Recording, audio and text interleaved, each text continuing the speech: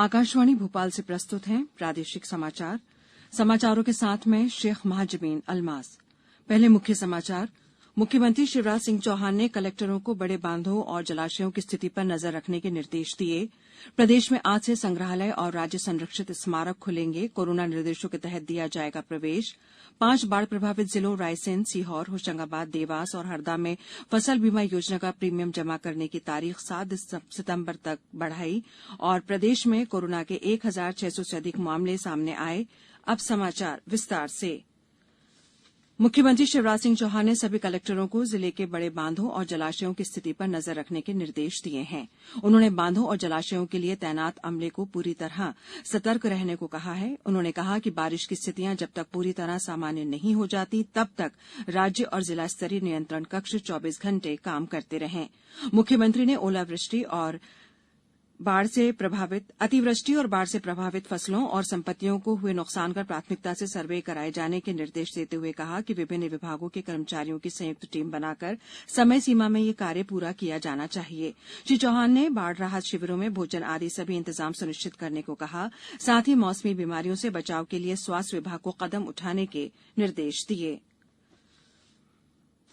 प्रधानमंत्री नरेंद्र मोदी ने कहा है कि आत्मनिर्भर भारत बनाने के लिए 1 अरब 30 करोड़ भारतीयों के एक मिशन पर काम करने का संकल्प लिया है, जिसका लक्ष्य एक सक्रिय विनिर्माण केंद्र की शक्ल में उभरना है। श्री मोदी ने कल अमेरिका भारत सामरिक साझेदारी फोरम के 3रे नेतृत्व शिखर सम्मेलन को संबोधित किया। मुख्य भाषण देते हुए प्रधानमंत्री ने कहा कि भारत ने सही समय पर फिर से दिखलाया है कि हमारा वैश्विक लक्ष्य अच्छा है। उन्होंने कहा कि वर्तमान कोविड-19 के हालात की मांग है कि हम नए दिमाग से काम करें और हमारा दृष्टिकोण विकास को आगे रखते हुए मानव केंद्रित ही है। श्री मोदी ने कहा कि महामारी के समय 80 करोड़ भारतीयों को सहायता प्रदान की जा रही है। श्री मोदी ने कहा कि सरकार इस विषय पर स्पष्ट थी कि गरीबों की रक्षा की जानी चाहिए। प्रधानमंत्री गरीब कल्याण योजना विश्व भर में कहीं भी देखी जाने वाली सबसे बड़ी सहायता प्रणाली में से एक है। उन्होंने कहा कि 80 करोड़ लोगों को मुफ्त अनाज दिया जा रहा है। राज्य सरकार ने प्रदेश के सभी संग्रहालय और राज्य संरक्षित स्मारकों को आज से फिर खोलने का निर्णय लिया है। राज्य सरकार ने यह निर्णय अनलॉक 4 के तहत जारी दिशा निर्देशों के अनुसार लिया है। ये दिशा निर्देश केंद्र सरकार द्वारा 1 सितंबर को जारी किए गए थे। पुरातत्व अभिलेखागार एवं संग्रहालय आयुक्त शिवशेखर शुक्ला ने बताया कि इन सभी स्थानों पर केंद्र और राज्य सरकार द्वारा जारी दिशा निर्देशों का पालन करते हुए दर्शकों को प्रवेश दिया जाएगा। इस बीच देश का अनूठा जनजातीय संस्कृति और कला परंपराओं का प्रमुख केंद्र भोपाल का जनजातीय संग्रहालय भी आज से नए कलेवर के साथ खुल रहा है। कोरोना संक्रमण के मद्देनजर दर्शकों का प्रवेश टिकट केवल 1 घंटे के लिए मान्य होगा। हर घंटे के बाद 20 मिनट के लिए संग्रहालय को बंद करके सैनिटाइज किया जाएगा। इसी तरह संग्रहालय की किसी भी दीर्घा में एक बार में 50 से अधिक दर्शकों को प्रवेश की अनुमति नहीं होगी। इस दौरान फोटोग्राफी भी पूर्णतः प्रतिबंधित रहेगी। संजीव शर्मा, आकाशवाणी समाचार, भोपाल। वहीं राज्य पर्यटन विकास निगम के प्रबंध संचालक एस विश्वनाथन ने बताया कि सितंबर के अंतिम सप्ताह से निगम के हलाली रिट्रीट, पिकनिक के साथ ही पारिवारिक और सामाजिक आयोजन के लिए बुकिंग शुरू हो जाएगी। आयोजन में 100 व्यक्तियों के शामिल होने की अनुमति होगी। इंदौर जिले को कुपोषण मुक्त जिला बनाने के लिए विशेष अभियान चलाया जाएगा। इसके लिए जिला प्रशासन ने समेकित स्वास्थ्य एवं पोषण कार्य योजना तैयार की है। इसका क्रियान्वयन स्वास्थ्य, शिक्षा, ग्रामीण विकास सहित अन्य विभागों के सहयोग से किया जाएगा। कलेक्टर मनीष सिंह ने बताया कि बच्चों का अल्पपोषण से बचाव, बच्चों, किशोरी बालिकाओं, गर्भवती महिलाओं में एनीमिया को दूर करने और कम वजन के साथ जन्म लेने वाले बच्चों की संख्या में कमी लाने जैसे महत्वपूर्ण बिंदुओं पर आधारित यह अभियान होगा। इस अभियान में गर्भवती महिलाओं के साथ साथ शासकीय और निजी विद्यालयों की बालिकाओं को आयरन की गोलियां देने का लक्ष्य भी तय किया गया है। अब समाचारों में वक्त है एक ब्रेक का।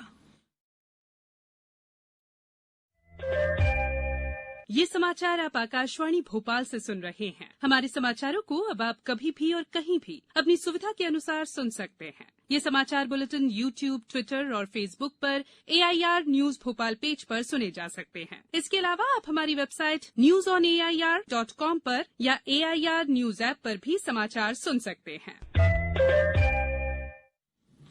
प्रदेश के 5 बाढ़ प्रभावित जिलों रायसेन, सीहोर, होशंगाबाद, देवास और हरदा में फसल बीमा योजना का प्रीमियम जमा करने की अवधि 7 सितंबर तक बढ़ा दी गई है।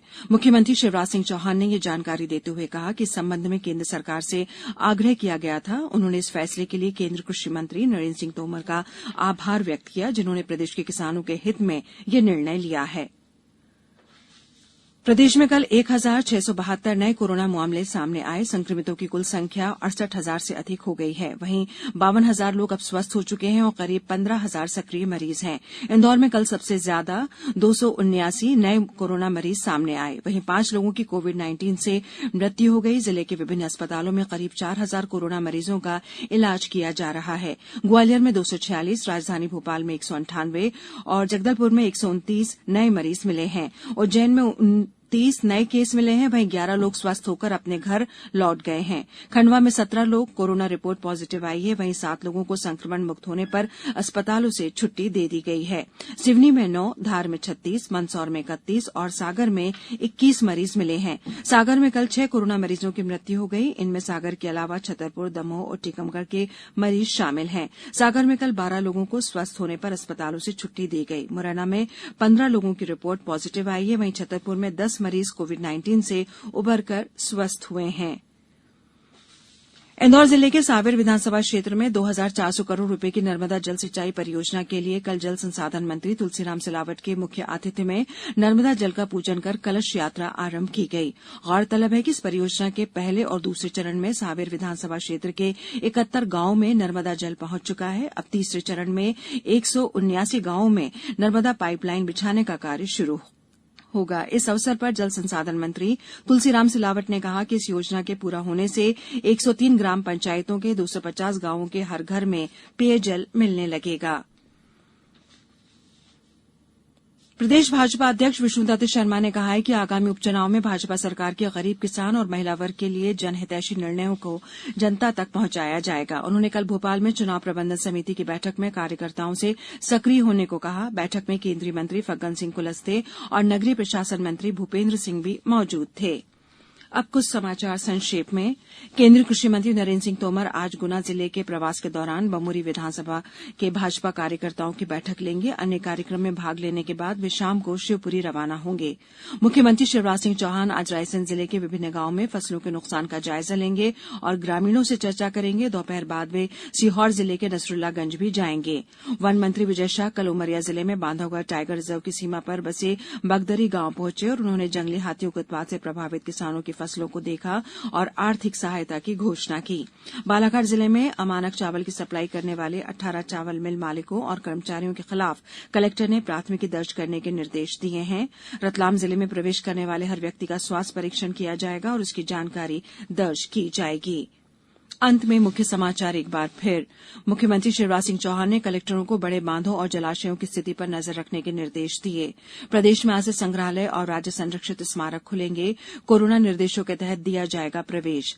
5 बाढ़ प्रभावित जिलों रायसेन, सीहोर, होशंगाबाद, देवास और हरदा में फसल बीमा योजना का प्रीमियम जमा करने की तारीख 7 सितंबर तक बढ़ाई और प्रदेश में कोरोना के 1,600 से अधिक मामले सामने आए। इस बुलेटिन में इतना ही। घर में रहिए, सुरक्षित रहिए और सुनते रहिए आकाशवाणी।